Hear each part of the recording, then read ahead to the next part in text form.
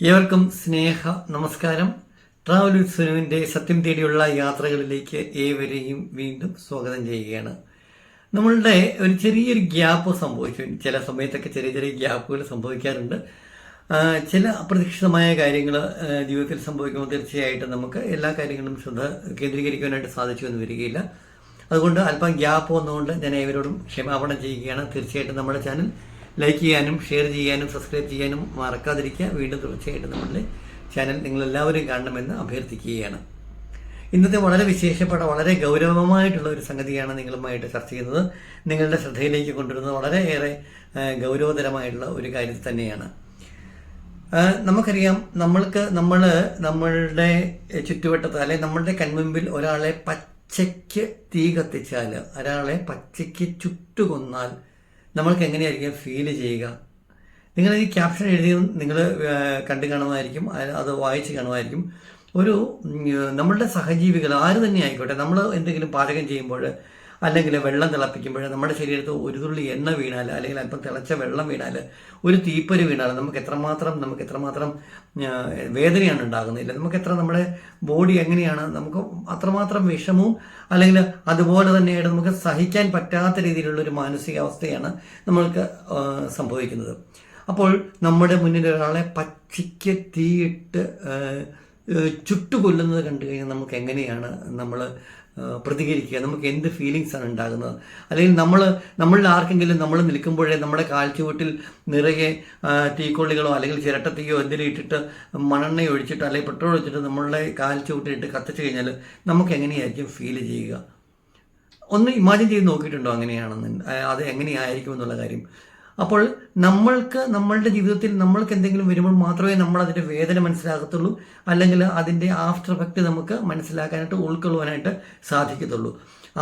മറ്റുള്ളവർക്ക് അത് നമ്മുടെ സഹജീവികൾ ആരായിക്കോട്ടെ, എന്തും ആയിക്കോട്ടെ, അവർക്കൊന്നും ഈ തരത്തിലുള്ള വേദന വന്നു കഴിഞ്ഞാൽ നമ്മൾ ആരും അത് മനസ്സിലാക്കാൻ ശ്രമിക്കുന്നില്ല. നമ്മൾക്ക് ആർക്കും അത് അത്രയേറെ വലിയൊരു വിഷമകരമായ അവസ്ഥയായിട്ടത് ഫീൽ ചെയ്യുകയില്ല. കാരണം നമ്മൾക്കല്ലത് സംഭവിക്കുന്നത്, നമ്മളുടെ മുമ്പിലുള്ള അല്ലെങ്കിൽ മറ്റാർക്കെങ്കിലും ഒക്കെ ആയിരിക്കും അത് സംഭവിക്കുന്നത്.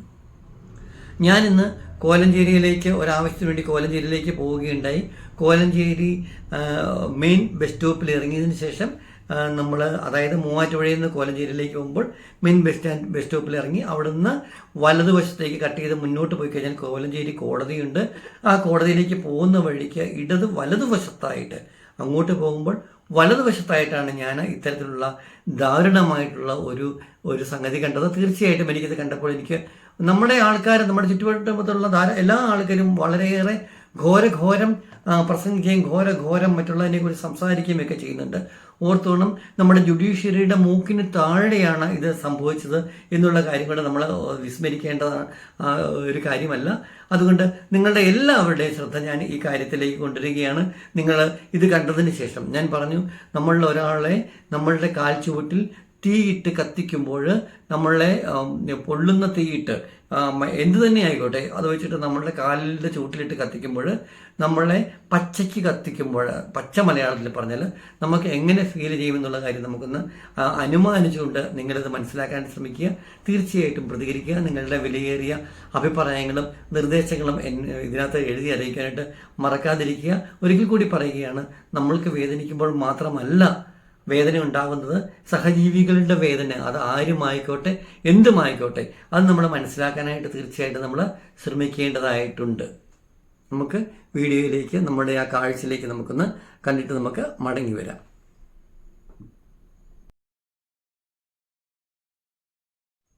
ഇത് കോലഞ്ചേരി ടൗണിൽ നിന്ന് കോലഞ്ചേരി കോടതിയിലേക്ക് പോകുന്ന വഴിയിലുള്ള, അതായത് വലതുവശത്തുള്ള ഒരു തണൽ മരത്തിന്റെ ചുവട്ടിൽ കാണുന്ന സംഗതിയാണ്. ഇതൊരു കടയോട് ചേർന്ന് നിൽക്കുന്ന മരമാണ്. ആ കടയിലുള്ള ആൾക്കാരോ സമീപത്തുള്ള കടയിലുള്ള ആൾക്കാരോ എല്ലാ ദിവസവും നിരന്തരമായിട്ട് ഈ മരത്തിന്റെ ചുവട്ടിലിട്ടാണ് വേസ്റ്റുകളും മറ്റുള്ള കാര്യങ്ങളും ഒക്കെ കത്തിച്ച് കളയുന്നത്. അപ്പോൾ ഇതൊരു മരത്തിന്റെ ചുവട്ടിലിട്ട് തന്നെയാണ് അവർ കത്തിക്കുന്നത്. നിങ്ങൾക്കിത് കണ്ടാൽ മനസ്സിലാക്കാൻ സാധിക്കുന്നുണ്ട്. അതിന്റെ ചുവട്ടിലെ ചാരവും മറ്റുള്ള വേസ്റ്റും ആ സംഗതി കത്തിച്ച സാധനങ്ങളുടെ അവശിഷ്ടങ്ങളൊക്കെ അവിടെ കിടപ്പുണ്ട്.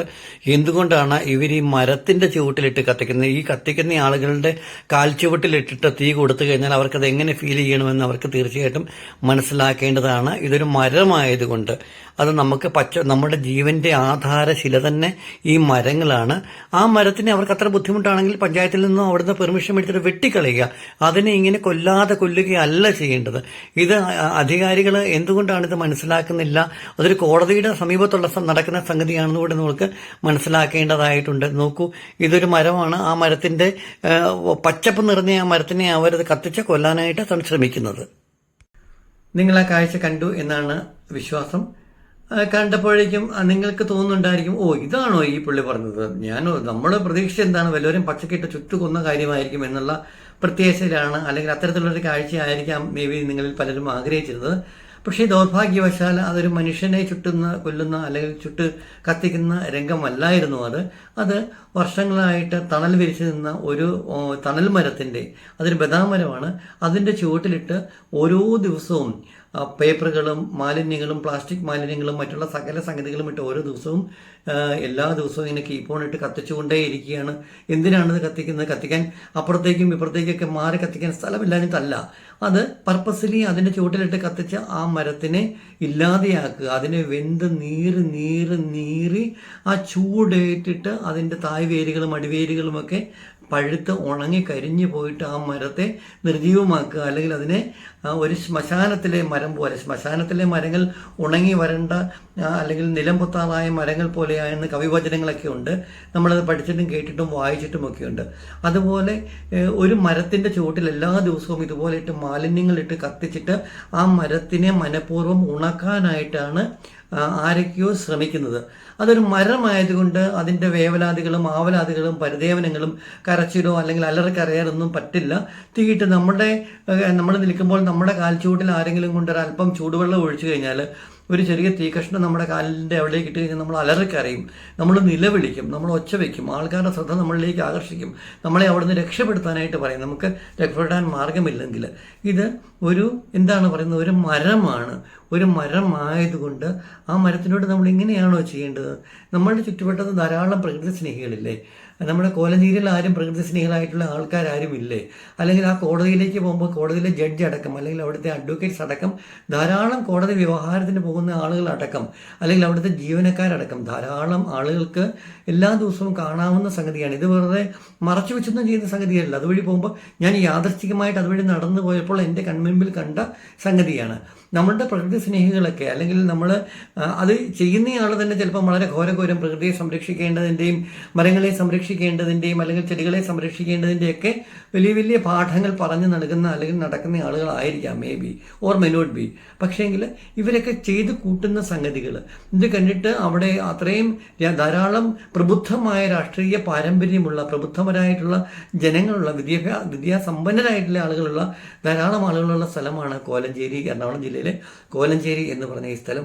ഇത് മറ്റുള്ളവരുടെ കണ്ണിലേക്ക് പെടുത്താനായിട്ട് അവിടെ വന്നിട്ട് ഞാൻ ഇതാര് ചെയ്തു, ഇതെന്തിനാണ് ചെയ്തതെന്ന് ഞാൻ ശബ്ദിച്ചു കഴിഞ്ഞാൽ ചിലപ്പോൾ അത് അവിടെ വന്നിട്ട് നിനക്കെന്താടാ ഇവിടെ കാര്യം എന്ന് വെച്ചിട്ട് നമ്മുടെ കർണത്തടിക്കുന്ന ചിലപ്പോൾ ഒരു സംവിധാനക്രമമായിരിക്കാം അവിടെ ഒരിക്കൽ ചിലപ്പോൾ സംഭവിക്കുന്നത്. ഞാൻ മറ്റുള്ളവരെ കുറ്റപ്പെടുത്തി പറയുകയല്ല. എനിക്ക് തോന്നി എൻ്റെ വേദന, എൻ്റെ വിഷമം.